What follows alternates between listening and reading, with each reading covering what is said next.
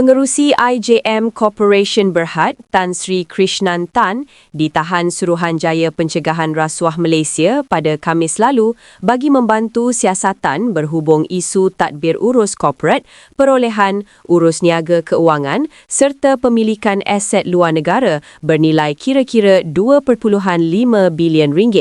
Dalam kenyataan pada Ahad, beliau menegaskan keyakinan penuh terhadap proses perundangan negara serta menekankan bahawa dirinya tidak terlibat dalam operasi dan pengurusan harian IJM.